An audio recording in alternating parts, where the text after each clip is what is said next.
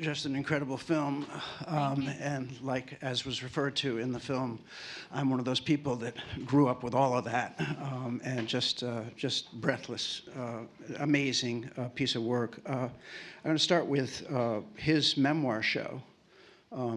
When you got onto this film, he was already doing the memoir show? Or? He was already doing the memoir show. Our co-directors, Dan Geller and Dana Goldfein. Dana's ex-boyfriend lives with Linda Ronstadt. Microphone a little closer. Lives with Linda Ronstadt, and called Dana and said, Linda has an extra ticket to this show that her producer Peter ASHER is doing. Do you want to come? And she was like, I didn't care about Peter ASHER, but I wanted to meet Linda. And she went, and she came back and said, we have to make a movie. Yeah, well, I think that's such an incredible framing mechanism for the movie, because you can go in and out of that. So you taped one of the shows? Or they taped one of the shows? 2 shows. 2 shows? Yeah. And, okay, with different casts, and then cut away from that to his own recollections and other things. Just brilliant mechanism for telling the story. And throughout, I mean, is the title a flip side of Nowhere Man? Yes. Is that where we're going with that? That's right. I thought that might be the case. The perfect person to tell the story. Not only is he sort of the interconnective tissue between all these different peoples and times and movements and so forth, but also so articulate and so smart, as is referred to throughout. So he's the perfect person to tell the story, but he's also the perfect person because he is at the nexus of so many different things. It's incredible. It is incredible. I had no idea. I thought that McCartney had written one of the songs. I had no idea he'd written so many of the songs. And that connection between him and the family, just incredible. And then the George Martin, his mother's oboe student. I mean, there's apparently 6 people in the world, and they know all of them. So exactly. it works out okay. Also, throughout, the incredible sense of humor. Having Eric Idle to do the introduction, and it sort of sets the tone for, and then it circles back to that at the end when he's got the comedy album of the year with Robin Williams, just so able to capture what's necessary. And as James says, a producer is many things. It can be a therapist, can be someone who gets out of the way, can be somebody who guides, and all of those things. And just brilliant.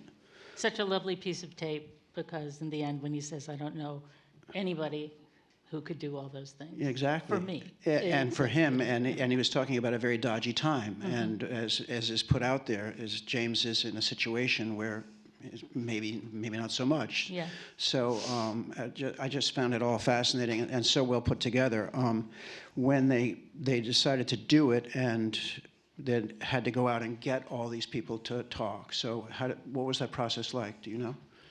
Well, it started with Linda. Linda Ronstadt was a big driving force in this, because as you can tell, she's so devoted to him with her Grammy speech, you know, exactly like maybe 6 words, thanking Peter ASHER and no one else compared to what we see nowadays.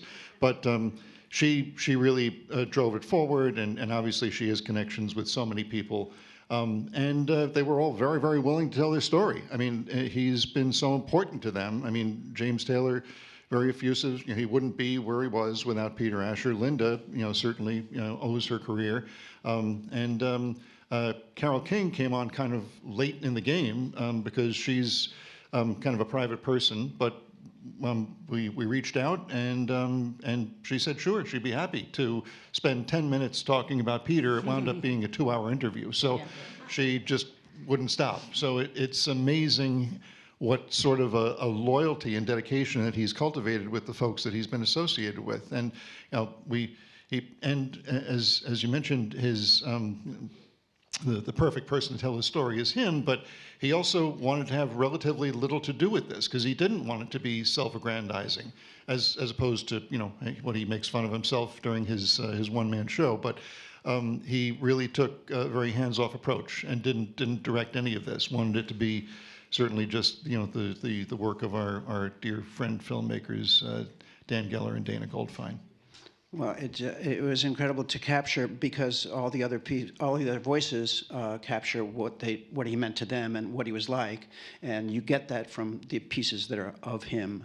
I knew someone who actually was a road manager for James Taylor and was out on the road with James and Carol, and the part they referred to was about how she didn't want to perform, and that because of Peter and setting up that gig and getting her to go to actually open up, and then went on from there. So just incredible, the things that he did. Also, just the different defining parts of an era, that whole Indica section and to capture what London was like at that time, and how it sort of burned out and fell apart. And the same thing with Apple Records, where it got chaotic. It was amazing creativity, but just kind of unregulated.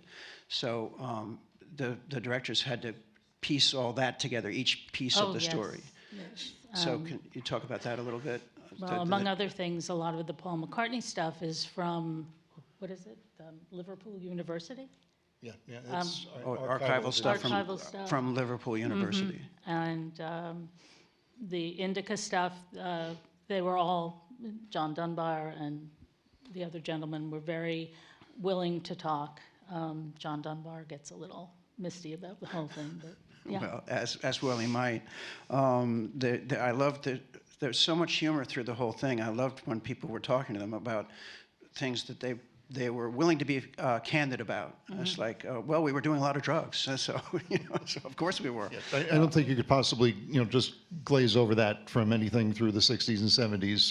So yeah, it was mentioned, and mostly in the context, everyone wonders why Peter's first wife doesn't appear actually, and it's just her voiceover that we see. Unfortunately, she was a casualty of drugs. Not only was she institutionalized, but her life did not end well. Yeah. So that had to be mentioned as to certainly how that all came to pass. How she wasn't in the film when she was such an important part, as everyone says. That she was such a contributor to his career and had a great ear, helped him find the talents that he did. And we only have her telephone voice as a part of the film. But that was amazing too, because the amount of stuff that was captured from Gordon Waller, the amount of stuff that was captured from Betsy Asher, all before things went south for them, and the wonderful reunion that they had was amazing. And then circling back to the reunion with Kate Taylor at the end, and all those different pieces. But I thought that everyone's honesty throughout, his honesty, his candor about the things that were good and the things that were bad. And when they hit cocaine, as we all know, Linda's able to say, it was a lot of fun, but it destroyed a lot of things. And that's the segue into what happened to Betsy, and the John Dunbar situation with the breakup and how he sort of fell apart, and that all of it, the honesty, but always the sense of humor and always the sense of creativity. Well, if you manage to live that long, there's a certain amount of hindsight. But yes, I think that yes, that's about what I would have to say about it. It was just an incredibly well put together film, and about an incredible man, and so representative of so many different things that have happened for all of us. And to see them at this age, the ones that have survived, and how well they pulled it together. I mean, Gordon's candor about himself: I was a wild animal let loose, and I enjoyed every bit of it. Yep. I enjoyed being an asshole because it was great. It was a lot of fun. It's a great quote. But it's true for so many of us, I think, that should be willing to be able to be that honest about what happened to us in different times. But I think the audience would love to ask you some questions. So right there, you can get a microphone. Hang on just a second. There you go. Did you ask Paul McCartney to be part of it? We did. Indirectly, because you don't really get close to Paul. We had asked Peter to ask Paul, but I think there's a certain amount of pride there, and he did not feel comfortable doing that. But we had all and Paul directed us towards the archival interviews that were there. That was all part of the first part of the film, and they were perfect because it really was much more contemporaneous to the time he was staying with the ASHERs, and you got that sense of it almost being like a live narrative of his time there. So we were very grateful for that.